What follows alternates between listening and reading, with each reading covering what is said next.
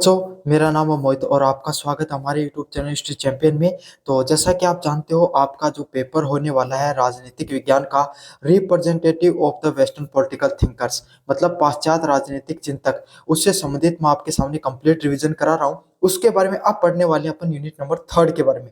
Unit number 1 और 2 already पढ़ चुके हैं। अगर अभी तक आपने उनका वीडियो नहीं देखा है तो प्ले लिस्ट का लिंक डिस्क्रिप्शन में मिल जाएगा, आपको वहां से जाकर जरूर से पढ़ लेना। आपको एक पीडीएफ है फ्री में टेलीग्राम चैनल पे मिल जाएगी। टेलीग्राम चैनल को जरूर से ज्वाइन कर लेना, लिंक डिस्क्रिप्शन में दे रहा हूँ, वहां से जाकर ज्वाइन कर लेना। साथ के साथ फ्लिपकार्ट और मंत्रा से अगर कोई प्रोडक्ट खरीदना चाहते हो आप सबसे डिस्काउंट में, तो यहाँ पर व्यू प्रोडक्ट वाले ऑप्शन पे क्लिक करके आप खरीद सकते हो। तो अब अपन पढ़ेंगे अपन आपके सामने यूनिट नंबर 3 के बारे में, यूटिलिटरिज्म और मार्क्सिज्म के बारे में। क्या होता है आपके सामने, मार्क्सिज्म के क्या सिद्धांत हैं, मार्क्स के क्या सिद्धांत हैं, और आपके सामने जो उपयोगितावाद का क्या सिद्धांत है उसके बारे में पढ़ेंगे। काफी ज्यादा महत्वपूर्ण आपके सामने वीडियो होने वाला है। तो आपको क्या करना है, चैनल को सब्सक्राइब कर देना है, वीडियो को लाइक करना है और अपने दोस्तों को जरूर से शेयर कर देना है। तो पहला प्रश्न है इसमें, जेरेमी बेंथम के उपयोगितावाद के सिद्धांत का समालोचनात्मक अध्ययन करना। आपको मतलब जेरेमी बेंथम ने उपयोगितावाद का सिद्धांत बताया, उसके क्या चीजें सही है, क्या चीजें गलत है, उसका आपका समालोचना मतलब समालोचनात्मक अध्ययन होता है। देखो, प्रश्न पूछने का अलग अलग तरीके होते हैं, उनको अभी आपको समझना जरूरी होता है कि इस प्रश्न में पूछा क्या गया है। यहाँ पे पूछा समालोचनात्मक अध्ययन, मतलब आपको उसकी अच्छाई भी बतानी है और उसमें कमियां दोनों गिनानी है, उसी को समालोचनात्मक अध्ययन भी बोला जाता है। एक होता है विस्तृत अध्ययन करना। विस्तृत अध्ययन मतलब उसकी सारी अच्छाइयों के बारे में बताना है, उसमें क्या क्या अच्छी चीजें। समालोचनात्मक अध्ययन मतलब दोनों की बतानी, अच्छाइयां और बुराइयां दोनों चीजों के बारे में बात करनी। तो क्या था जेरेमी बेंथम का उपयोगितावाद का सिद्धांत, इसके बारे में पढ़ते हैं। जेरेमी बेंथम ने उपयोगितावाद को एक नैतिक और राजनीतिक सिद्धांत के रूप में विकसित किया। मतलब जेरेमी बेंथम ने क्या बताया कि उपयोगितावाद है वो एक नैतिक व राजनीतिक सिद्धांत है, मतलब जिसमें राजनीति की भी बात होती है। हमारे समाज के अंदर जो राजनीति के अंदर नैतिकता की, एक व्यक्ति है उसको, एक नेता होता है उसको किस तरीके से अपना जीवन जीना चाहिए, उसके बारे में भी बात की गई है। उनका केंद्रीय विचार है अधिकतम लोगों का अधिकतम सुख, मतलब ज्यादा से ज्यादा लोगों को क्या मिले, आपके सामने सुख की अनुमति हो सके, ज्यादा से ज्यादा लोगों को सुख है वो प्राप्त हो सके। किसके माध्यम से, कोई भी सरकार के द्वारा कोई नीति बनाई जाए, सरकार के द्वारा कोई कार्य किया जाए, सरकार के द्वारा अगर कोई कानून का निर्माण किया जाए, तो उस कानून बनाने की जो प्रक्रिया में ज्यादा से ज्यादा लोगों को सुख की प्राप्ति हो सके, उसी को क्या कहा जाता है आपके सामने, अधिकतम लोगों के अधिकतम सुख के नाम से जाना जाता है। और यही बात किसमें कही गई है, भारत के संविधान का निर्माण किया गया तब राज्य के नीति निर्देशक तत्व है, सॉरी तंत्र नहीं तत्व है, उसके अंदर आपके सामने इन सब चीजों के बारे में बात की गई है। जेरेमी बेंथम ने कहा, कोई भी कार्य, नीति या कानून तभी नैतिक रूप से सही है जब वो ज्यादा से ज्यादा लोगों को सुख उत्पन्न कर सके। देखो, संसार का एक नियम है कि आप कोई भी नीति का निर्माण कर लो, चाहे कोई कानून का निर्माण कर लो, या फिर कोई भी कार्य कर लो, चाहे कितना भी सही हो, अगर वो 100% आपने जीवन में अपना लगाया और सही किया है, तभी भी आप सभी लोगों को खुश नहीं कर सकते। लेकिन आप एक काम जरूर कर सकते हो, कोई भी नीति का निर्माण करो, कोई भी कार्य का निर्माण करो, तो उससे ज्यादा लोगों को लाभ पहुंचे। समझ में आ गया आपके सामने, सभी लोगों को आप जीवन में खुशी नहीं कर सकते, लेकिन ज्यादा से ज्यादा लोग आपके वजह से, उस नीति व कानून की वजह से लोगों को सुख पहुंचे, या फिर उनको जो जरूरत थी उस चीज की वो आपको सामने मिल सके, ये हम जरूर ट्राई कर सकते हैं, ये हम जरूर प्रयास कर सकते हैं, ज्यादा से ज्यादा लोगों को सुख मिल सके। और यही बात आपके सामने जेरेमी बेंथम के द्वारा भी कही गई। उन्होंने सुख को मात्रात्मक माना। अच्छा, ये पहले व्यक्ति थे जिन्होंने सुख को भी नाप तोल दिया कि भाई सुख की मात्रात्मक क्या होता है, कोई भी चीज को मात्रा में नापते हो। जैसे आपने कहा कि चीनी 10 किलो है, पानी आपके सामने 5 लीटर, ऐसे इन्होंने, क्या भावनाओं को कभी नापा जा सकता है? क्या आपको कभी पता चला कि भाई मेरे को तो आज भाई 5 किलो गुस्सा आया था? ऐसे आपने कभी सोचा है कि मेरे को आज इतना गुस्सा आया था? आप इतने बोल सकते हो कि बहुत ज्यादा आया था, कम आया, थोड़ा, इतने बोल सकते हो, लेकिन क्या कभी नाप सकते हो? नहीं नाप सकते हो। लेकिन जेरेमी बेंथम ने क्या किया, उस सुख को भी मात्राओं में नापने का प्रयास किया।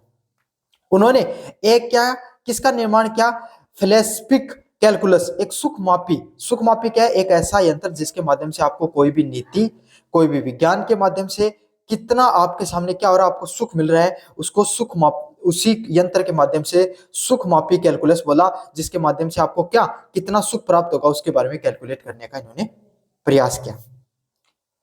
इस जो सुख मापी कैलकुलस है, इससे सुख कितनी तीव्रता से मिला आपको, कितनी देर तक मिला, सब चीज पता चल रही थी। इससे आप सुख कितने, आपको कितना सुख मिलेगा इसके बारे में आप क्या कर सकते हो, माप सकते हो।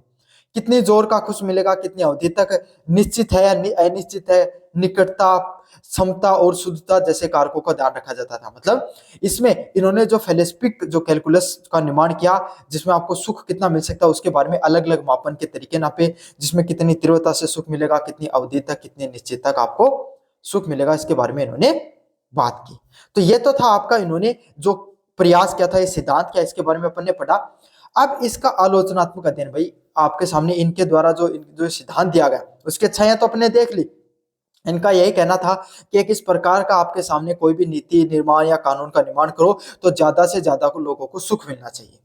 इसके लिए इन्होंने सुख को मात्राओं में नापा और उसके लिए फिलोसफिकल जो आपके सामने सुख मापी है उसका निर्माण किया, जिसमें सुख कितनी तीव्रता से मिला, कितनी अवधि तक मिला, कितनी निश्चितता के साथ मिला आपको, और कितनी आपके सामने उसकी अनुभूति कितनी देर तक हुई, सब चीजों को उसके द्वारा इनके द्वारा नापा गया। तो यह था इनका सिद्धांत, उपयोगितावाद का सिद्धांत। अब उसकी कमियों के बारे में अपन विस्तार से पढ़ेंगे, भाई कमियां क्या थी। पहली कमियां है इनके द्वारा व्यक्तिगत अधिकारों की उपेक्षा। यह सिद्धांत अल्पसंख्यकों या व्यक्तिगत अधिकारों की कीमत पर बहुमत को सुख को प्राथमिकता देता। मतलब इनका भी आपके सामने जो सिद्धांत है वो किस चीज पर काम करता है कि ज्यादा से ज्यादा लोगों को क्या होना चाहिए, सुख की अनुभूति होनी चाहिए। बहुसंख्यक लोगों की बात करता है, ज्यादा से ज्यादा लोगों के सुख की बात करता है, ज्यादा से ज्यादा लोगों के सुख की बात करता है। मान लीजिए समाज में एक एक्स कम्युनिटी है और समाज में वाई कम्युनिटी, एक्स कम्युनिटी के 40 लोग हैं और वाई कम्युनिटी के 10 लोग हैं। समझ में आ गया। सरकार ने इस प्रकार की नीति का निर्माण किया कि इन 40 लोगों का भला हो गया ताकि उनको ये 40 लोग वोट दे सके। सरकार ने इन 10 लोगों को नुकसान पहुंचाकर इन 10 लोगों को लाभ देने का प्रयास किया, तो क्या वो वास्तविक सुख होगा कोई समाज के लिए? क्या वहां से समाज में आपके सामने एकता उत्पन्न होगी? नहीं होगी। क्यों? क्योंकि भाई चाहे ये लोग 10 लोग हैं लेकिन इनकी भावना भी तो मायने रखती है ना, इनके भी कुछ व्यक्तिगत मौलिक अधिकार है, इनके भी कुछ व्यक्तिगत आपके सामने भावनाएं हैं। समझ में आ गया। तो यही इस सिद्धांत की सबसे बड़ी कमी यही है कि ये बहुसंख्यक लोगों की बात करता है और व्यक्तिगत अधिकारों की बात करता है। जो क्या कहता है, जिसकी क्या है, जिसको जितनी ज्यादा बहुमत में सुख मिलेगा उसी को नीति लागू कर देनी चाहिए।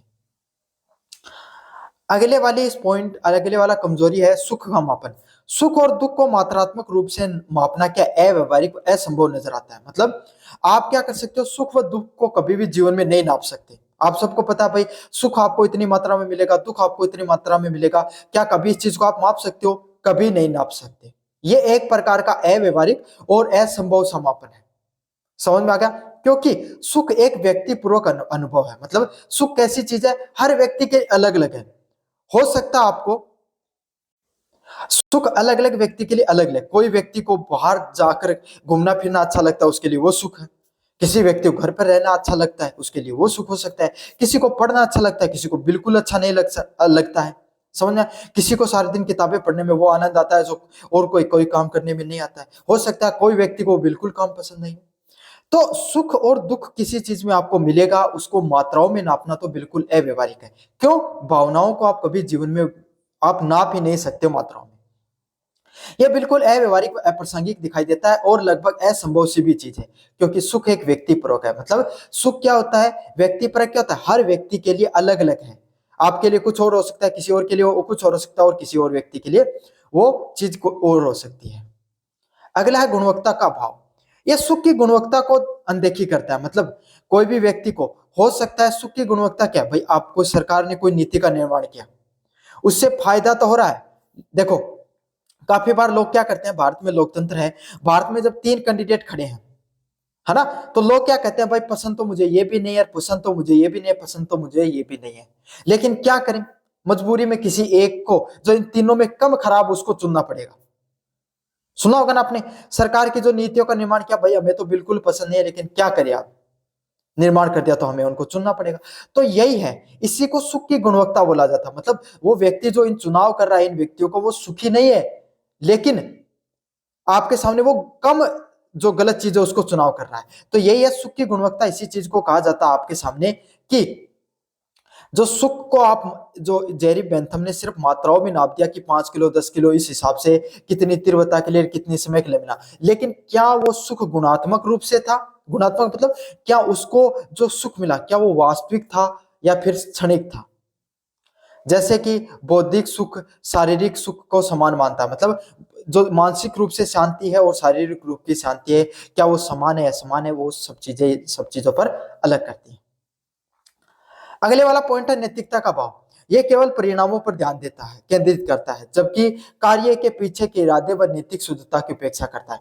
अगर हम विस्तार से बात करें, जो इन सब चीजों के जो परिणाम होते हैं वो उन सब चीजों पर ध्यान केंद्रित करता है, भाई एंड रिजल्ट पर। कोई भी काम है, कोई भी नीति का निर्माण किया गया, उसके आखिरी में आपके सामने लोगों को क्या सुख मिला है नहीं मिला इस चीज पे काम करता है, जबकि कार्य के पीछे जो इरादा है वह नैतिकता वो शुद्ध है या नहीं। काफी बार नेता क्या करते हैं, आपके सामने 10,000 आपके सामने कुछ 1,000 रुपए बांट दिए, 2,000 रुपए बांट दिए, जनता को रुपए मिलकर खुशी तो मिलेगी, सुख भी मिलेगा, लेकिन उससे क्या होगा? क्या उन जनता का वास्तविक विकास हो रहा है? बिल्कुल नहीं हो रहा है।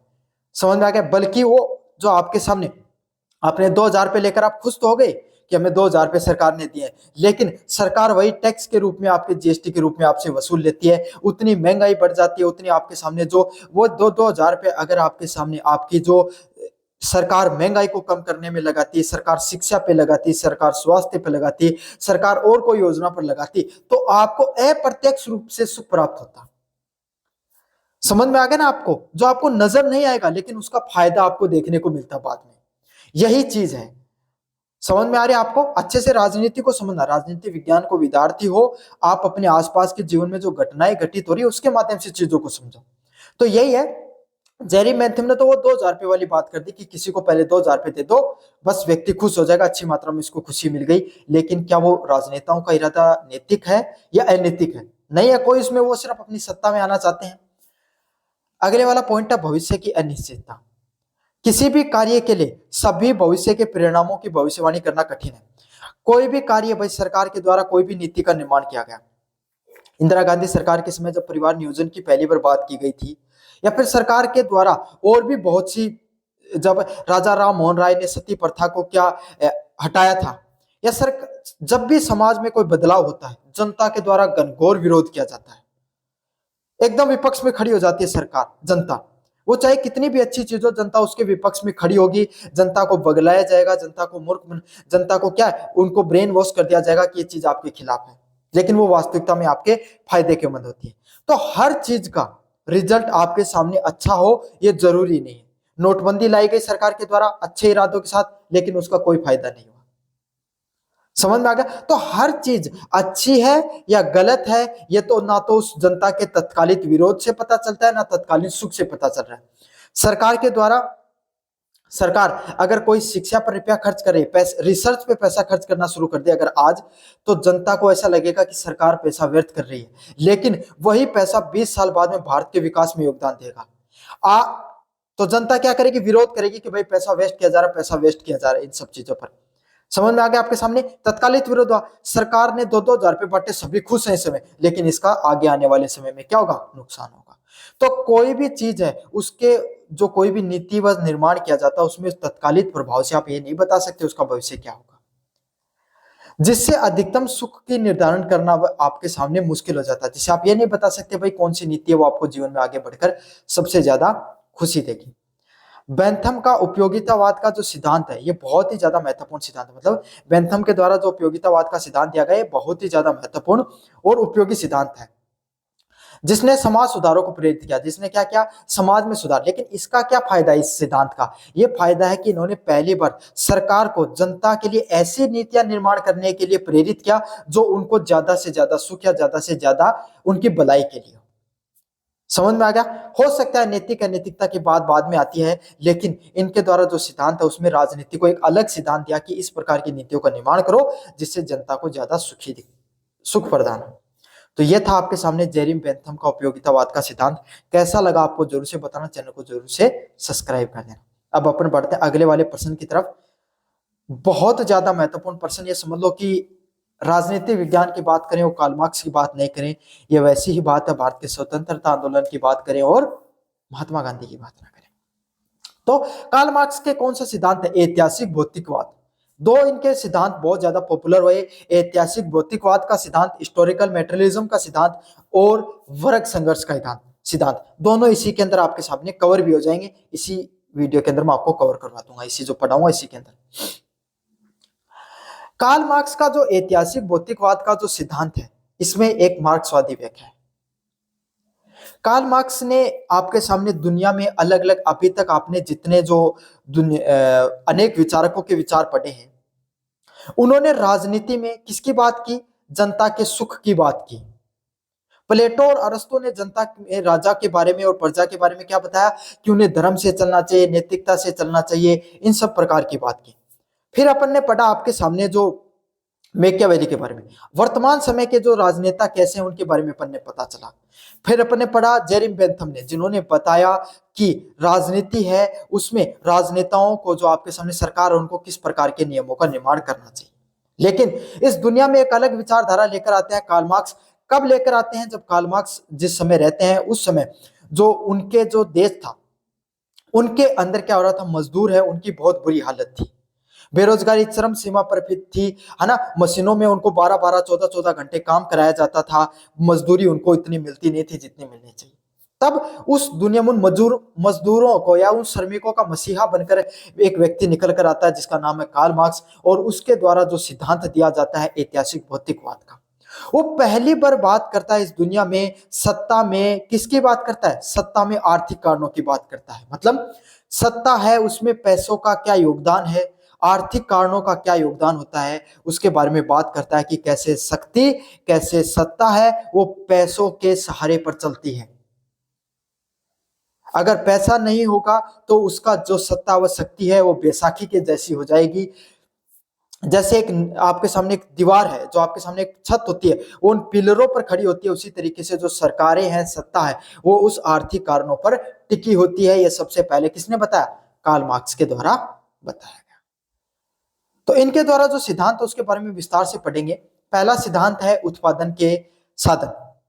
कार्ल मार्क्स के अनुसार किसी भी समाज का आधार उसके उत्पादन के साधन होते हैं। मतलब चाहे कोई भी समाज हो, कोई भी समाज है, उसका जो आधार होता है वो किस चीज पर निर्भर करता है?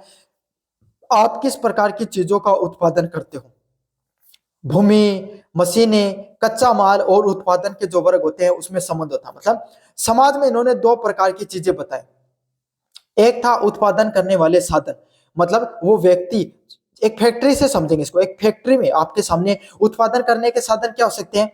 उस वहां पर कितनी जमीन है, कितनी मशीनें लगी हुई है और कितना कच्चा माल। जितने ज्यादा मशीनें होंगी, जितनी ज्यादा भूमि होगी, जितना ज्यादा कच्चा माल होगा, उतना ही ज्यादा क्या देखने को मिलेगा? प्रोडक्शन देखने को मिलेगा, अगर उतनी डिमांड आ रही है तो। समझ में आ गया? तो इसको क्या बोला जाता है? उत्पादन के साधन बोला जाता है। इसको याद रखना इस पॉइंट को, इसका आगे मैं समझाऊंगा वर्ग संघर्ष में इनका क्या मतलब है। अगला आर्थिक आधार। उत्पादन के साधन और संबंध में समाज का आर्थिक आधार बनाते हैं। मतलब आपके सामने जो उत्पादन के जो जो साधन होते हैं, चाहे आपके सामने जो मशीनें हो गई, चाहे आपके सामने जो भूमि हो गई, चाहे श्रमिक हो गए, है ना, वो सब क्या आपके सामने उत्पादन के साधन है। इस आधार पे एक अधिरचना खड़ी होती है जिसमें राज्य, कानून, धर्म, दर्शन और संस्कृति शामिल हैं। जो अधिरचना आर्थिक आधारों को प्रतिबिंब करती है और उसे बनाए रखती है। मतलब समाज के अंदर जितना ज्यादा उत्पादन देखने को मिलता है, उसी आधार पे जितनी ज्यादा कोई भी राज्य है, अमेरिका पूरी दुनिया पर क्यों राज करता है? क्योंकि उसके पास पैसा है भाई, सबसे ज्यादा क्या है? उत्पादन करने के साधन है, उसकी अच्छी जीडीपी है, उसके पास सब कुछ है, इसीलिए क्या करता है वो? सारी दुनिया पर राज करता है। उनका कानून अच्छा है, धर्म भी आपके सामने कहीं ना कहीं पैसों के आसपास घूमता है, और दर्शन संस्कृति भी पैसों के हिसाब से ही चलती है। तो जितना ज्यादा आपके सामने उत्पादन के साधन बढ़िया होंगे, उतना ही ज्यादा बाकी की संरचनाएं मजबूत होंगी। यह था आपके सामने इनका क्या?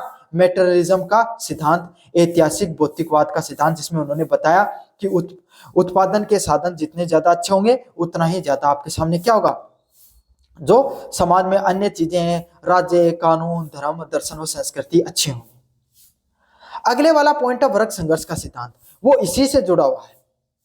समझ में आ गया? वर्ग संघर्ष का क्या सिद्धांत है? उत्पादन के जो साधन होते हैं, भूमि, मशीनें और जो जितनी भी चीजें, श्रमिक हो गए, उनको चलाने वाले कुछ व्यक्ति होते हैं। जैसे फैक्ट्री है, फैक्ट्री को चलाने वाला क्या होगा? एक मालिक होगा। समझ में आ गया। और एक है उत्पादन के साधन, समझ में आ गया। एक है उत्पादन को साधक, साधक कौन है यहाँ पर, वो फैक्ट्री का मालिक। साधन कौन से, श्रमिक। अब दो वर्ग बन जाते हैं, एक होता है श्रमिक और दूसरे कौन होते हैं आपके सामने, मजदूर। श्रमिक और मजदूरों को इन्होंने दो अलग अलग भागों में बांटा आपके सामने, किसने, कार्ल मार्क्स ने। और इन्होंने क्या बताया, हमेशा जो जो आपके सामने मालिक होता है ना, वो हमेशा ये प्रयास करता है कि वो मजदूरों से ज्यादा काम कराए। क्या प्रयास करता है कि वो ज्यादा से ज्यादा मजदूरों से काम कराए, ताकि क्या हो सके, वो ज्यादा से ज्यादा मुनाफा कमा सके। समझ में आ गया। उन्होंने ये बताया कि जो मालिक होता है ना, वो कभी भी मजदूरों को उसको जितनी मेहनत करते हैं उसका कभी भी पूरा मेहनताना नहीं देता है।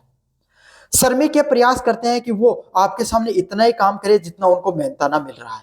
और यही दोनों के बीच में हमेशा क्या चलती रहती है, टकराव चलती रहती है। इसको क्या बोला जाता है, वर्ग संघर्ष का सिद्धांत बोला जाता है। दुनिया में पहले ऐसे व्यक्तित्व थे जिन्होंने क्रांति की बात करी। कार्ल मार्क्स दुनिया में क्रांति के आपके सामने जनक के रूप में भी जाना जाता है, जिन्होंने सबसे पहले क्रांति की बात की। और इन्होंने क्या कहा, अगर पूरी दुनिया के मजदूर एकजुट हो जाएं, एक जगह हो जाएं, तो आपके सामने जो ये जो मालिक वर्ग है, ये कुलीन वर्ग है, पैसे वाला बेंजोआ वर्ग जिनको वो बोलते थे, वो वर्ग क्या कर सकता है आपके सामने, आपका कभी भी शोषण नहीं कर सकता है। और समाज में कार्ल मार्क्स ने कौन से समाज की बात करी, एक सामंतवादी परंपरा की बात करी। सामंतवादी परंपरा मतलब आपके सामने ऐसी परंपराएं जो आपके सामने अंगुली दिखाई दे रही है ना, इसमें देखो कोई छोटी है, कोई बड़ी है, कोई उससे छोटी, फिर ये उससे छोटी, अंगूठा सबसे छोटा दिखाई पड़ता है ना, ये सबसे छोटी अंगुली मान सकते हो, चिटली वाली, ये वाली। हमारा समाज कुछ इस तरीके से है, जिसमें से कुछ बिल्कुल गरीब आपके सामने, कुछ ठीक ठाक मध्यम वर्ग हैं, और कुछ कुलीन वर्ग हैं आपके सामने। समझ में आएगा। हमारा समाज इन तीन अंगुलियों के माध्यम से समझ सकते हो, एक बिल्कुल गरीब है, एक थोड़ा ठीक मध्यम दर्जे के हैं, और तीसरा आपका सामने कौन से है, जो बिल्कुल अमीर है, कुलीन वर्ग है। इन्होंने क्या बताया, इन्होंने बताया कि अगर मजदूर वर्ग, अगर सारे लोग अगर एकजुट हो जाएं, तो ये जो गैप देखने को मिलता है ना, ये बिल्कुल कम हो जाए, और ये तीनों की तीनों, जैसे इस समय ये तीनों अंगुलियां आपको बराबर देखने को मिल रही है, इस प्रकार से आपके सामने बराबर हो जाए। अमीर और गरीबों के बीच में जो गैप है वो बिल्कुल कम हो सकता है, और इस प्रकार के समाज को क्या बोला जाता है, समाजवाद, साम्यवाद के नाम से जाना जाता है। ये समाजवादी जो विचारधारा सुनते हो ना आप, समाजवादी पार्टी भी होगी है भारत में, वो उसी विचारधारा पर चलती है। खैर राजनीति बाद में बदल जाती है, लेकिन विचारधारा वही होती है। समझ में आ गया आपके सामने। अब एक बार मैंने टेक्निकल रूप से समझा दिया, अब आपको लिखना क्या ये भी समझ लो। इतिहास को विभिन्न प्रणालियां, आदिम, साम्यवाद, दास प्रथा, सामंत व पूंजीवाद के अनुक्रम में देखा जाता है, जिन्होंने प्रत्येक प्रणाली में शोषक व शोषित वर्ग में विरोधाभास व वर्ग संघर्ष होता है। मतलब इसमें यही सिद्धांत था आपके सामने, जो अलग अलग समाज उत्पन्न हुए, सब में क्या संघर्ष चलता रहता था, शोषण करने वाले में और शोषित वर्ग में हमेशा संघर्ष चलता रहता था। इसमें क्या है आपके सामने, द्वंद्ववाद का विकास। यह वर्ग संघर्ष ऐतिहासिक परिवर्तन की प्रेरक बल है, जब उत्पादन के साधक आधार बन जाते हैं और समाज की अधिरचना बन जाती है। मतलब क्या होता है, जो लोग उत्पादन करते हैं, मतलब जो श्रमिक वर्ग होता है, वो अपने अधिकारों के लिए जा खड़ा हो जाता है और अपने संघर्ष करने के लिए तैयार हो जाता है। तो इससे क्या हो जाता है आपके सामने, समाज में सभी लोग बराबर हो जाते हैं। समझ में आ गया, सभी लोग क्या हो जाते हैं, बराबर हो जाते हैं, सभी को समानता का हक मिल जाता है। अगले वाला पॉइंट आपके सामने पूंजीवाद में से साम्यवाद। कार्ल मार्क्स ने तर्क दिया, पूंजीवाद में सर्वहारा वर्ग, मजदूर और पूंजीवादी वर्ग के बीच में आपके सामने संघर्ष चलता रहता है। इन्होंने पूंजीवादी वर्ग को बोंजवा बोला और सर्वहारा वर्ग किनको बोला, मजदूरों को बोला। इनके बीच में इन्होंने क्या बताया, मैंने बता दिया था ना, हमेशा संघर्ष चलता रहता है। सर्वहारा मतलब श्रमिक वर्ग है, उनकी क्रांति को ही साम्यवाद की स्थापना की ओर ले जाएगा। साम्यवाद मतलब, साम्यवाद की विचारधारा वही थी कि समाज में हर व्यक्ति है, उसको बराबरी का अधिकार मिले, बराबरी न्याय मिले, समाज में हर चीज बराबरी की मिले। उसी को क्या बोला जाता है आपके सामने, साम्यवाद की विचारधारा के नाम से जाना जाता है। जहां पर ना कोई वर्ग होगा, ना कोई राज्य होगा, जहां पर क्या होंगे, सभी लोग बराबर देखने को मिलेंगे। ऐतिहासिक भौतिकवाद आपके सामने इतिहास की एक रेखिक उद्देश्यपूर्ण प्रक्रिया के ऊपर दिखाई पड़ता है। मतलब ऐतिहासिक भौतिकवाद किसकी बात करता है आपके सामने, एक उद्देश्यपूर्ण प्रक्रिया की बात करता है, जो अनिवार्य रूप से साम्यवाद की तरफ बढ़ती है और मानव मुक्ति की तरफ लेकर चली जाती है। तो यह था आपके सामने जो समाज के अंदर आपके सामने जो कार्ल मार्क्स का जो ऐतिहासिक भौतिकवाद का सिद्धांत है, बहुत महत्वपूर्ण सिद्धांत है। वर्ग संघर्ष का सिद्धांत उससे भी ज्यादा महत्वपूर्ण है। इसके बारे में मैंने आपको बताया। कैसा लगा वीडियो जरूर से बताना, चैनल को जरूर से सब्सक्राइब कर देना। धन्यवाद।